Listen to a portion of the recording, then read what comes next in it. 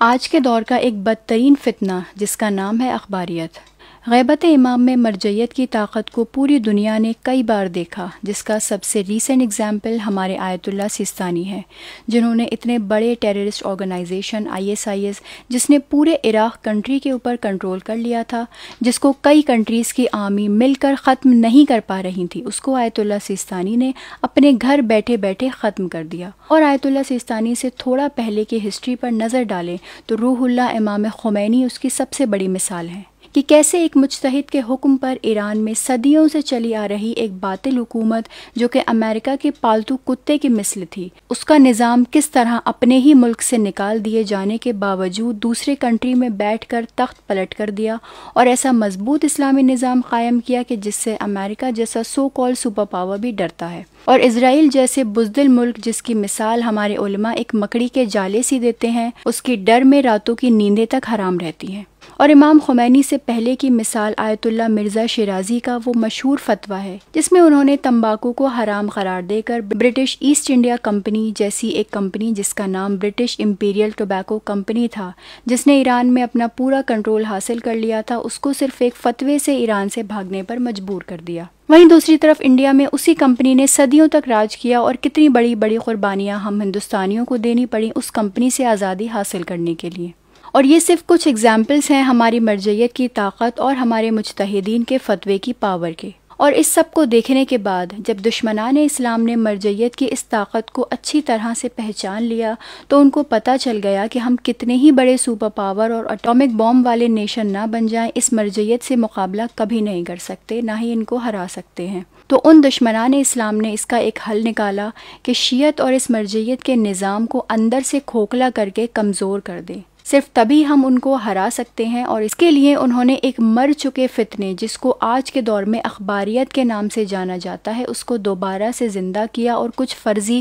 Puppet مجتہد بھی بنائے، جس کا ایک ایگزامپل صادق شیرازی ہے۔ اب اخباریت کی شارٹ میں ہسٹری یہ ہے کہ غیبت صغریٰ کے دور سے ہی شیعت میں علماء کے دو گروپس تھے۔ پہلا گروپ محدثین کا گروپ تھا جن کا کام تھا روایات اور حدیثوں کو جمع کرنا، اور اگر کوئی انسان ان سے کوئی مسئلہ پوچھتا تھا تو وہ حدیثوں کے علم کی روشنی میں اس کو حل بتا دیا کرتے تھے، اور ان کا ماننا یہ تھا کہ ہر چیز کا حل حدیثوں میں موجود ہے اور حدیثوں سے ہی ہر مسئلے کو حل کیا جا سکتا ہے، اور یہ علماء کا گروپ آگے چل کر اخباری کہلایا۔ یہی عقیدہ اہل سنت میں آج بھی موجود ہے۔ دوسرا گروپ فقہا کا گروپ تھا جو صرف حدیث کی روشنی میں مسئلے حل نہیں کرتے تھے بلکہ قرآن اور حدیث اور اصول فقہ اور عقل اور اجماع کا بھی استعمال کیا کرتے تھے، جو طریقہ ان کو معصومین سے ملا تھا، کیونکہ اگر لاجیکلی بھی دیکھا جائے تو ہر مسئلہ تو حدیث سے حل ہونا ممکن ہی نہیں۔ مثال کے طور پر موبائل کا استعمال یا کار یا جہاز کا استعمال جائز ہونا تو دنیا کے کسی عالم کو حدیث میں نہیں ملے گا،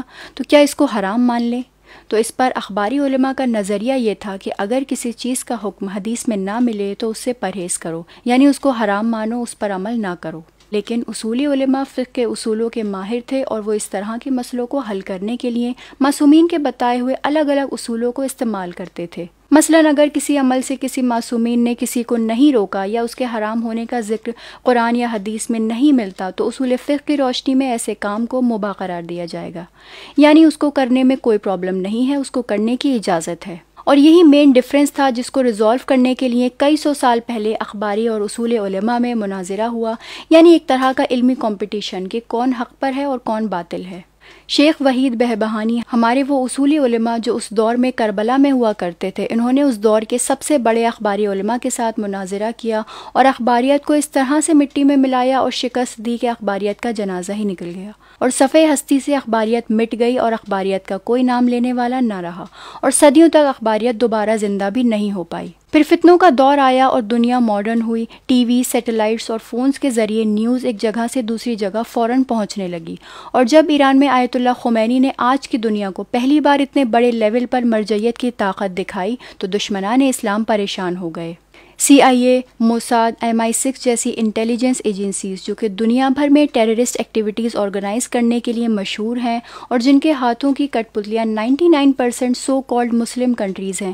وہ پریشان ہو گئے کہ ہم نے پوری دنیا کے مسلمان کو اپنے کنٹرول میں کر لیا، لیکن یہ شیعت پر آج تک ہمارا کوئی کنٹرول نہیں، اور اس وجہ سے انہوں نے اس مر چکے فتنے جس کا نام اخباریت تھا اس کو دوبارہ سے زندہ کیا۔ اب آج کی اخباریت کو سمجھتے ہیں۔ یہ لوگ جو پہلے کہتے تھے کہ ہم صرف حدیث کو مانتے ہیں، ان کا یہ لاجک اور کنسیپٹ تو آج کے دور میں فیل ہو جاتا، اور کوئی بھی عقل رکھنے والا انسان اس کو ایکسیپٹ نہیں کرتا، کیونکہ ان کے اوریجنل لاجک کے حساب سے تو موبائل، کار، اے سی، ٹی وی ان سب کا استعمال حرام تھا، کیونکہ ان کو استعمال کرنے کی اجازت تو کسی حدیث میں موجود ہی نہیں تھی۔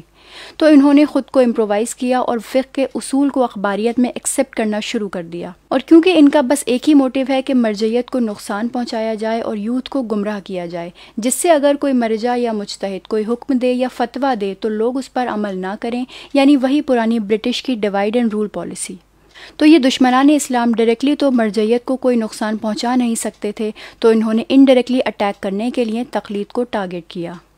اب سوال آتا ہے کہ تقلید ہے کیا؟ تو ہر کوئی جانتا ہے کہ دنیا میں صرف دو ہی طرح کے لوگ ہوتے ہیں، ایک عالم اور دوسرا جاہل، اور عقل سے ثابت بات ہے کہ جاہل کو ایک عالم کی بات ماننی چاہیے، یعنی جاہل کو عالم کے پیچھے چلنا چاہیے، اور اسی کا نام تقلید ہے۔ لیکن اخباریت کے فتنے کے حساب سے یہ چیز غلط ہے۔ ان کا کہنا ہے کہ ایک بدترین جاہل انسان، جس کو نہ حدیث کا علم ہو نہ رجال کا، جس کو ٹھیک سے عربک تک پڑھنا نہ آتا ہو، سمجھنا اور سمجھانا تو دور کی بات، بلکہ اس کو یہ بھی نہ معلوم ہو کہ حدیث کے اقسام کتنے ہوتے ہیں، وہ جاہل انسان شریعت خود سے سمجھے اور اس پر عمل کرے، یعنی جو آدمی اصل شکل میں قرآن شاید ٹھیک سے پڑھ نہیں سکتا، اور اگر پڑھ بھی لے تو سمجھ نہیں سکتا، وہ اخباریت کے لاجک کے حساب سے پوری شریعت کو خود سے سمجھنے کی صلاحیت اور قابلیت رکھتا ہے،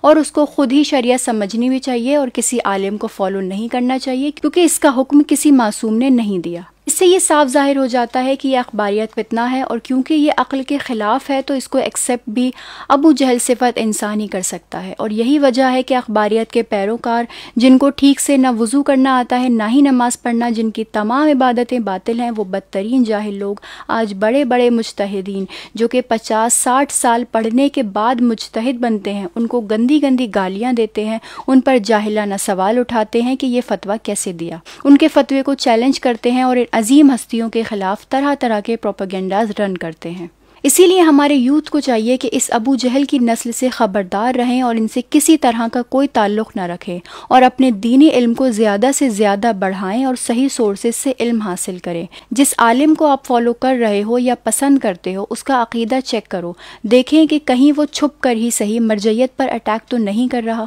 وہ چھپ کر ہمارا عقیدہ تو خراب نہیں کر رہا اور اخباریت کی طرف تو نہیں لے کر جا رہا۔ ہمارے یوتھ کو چاہیے کہ حلال اور حرام کی تمیز کے ساتھ ساتھ اپنے علمی شعور کو اس مقام پر لے کر جائیں کہ کل کوئی فرضی عالم آپ کو کوئی باطل عقیدہ پیش کرے تو آپ اس کو بے نقاب کر سکو، اور خود کو اس فتنے کے دور میں محفوظ رکھ سکو، تاکہ جب ہمارے امام زمانہ کا ظہور ہو تو ہم حق پر ہوں، نہ کہ اخباریت کے اس فتنے میں شامل ہو کر دجال کی آرمی کا حصہ بن جائیں اور معاذ اللہ اپنے ہی وقت کے امام کے خلاف جنگ کریں۔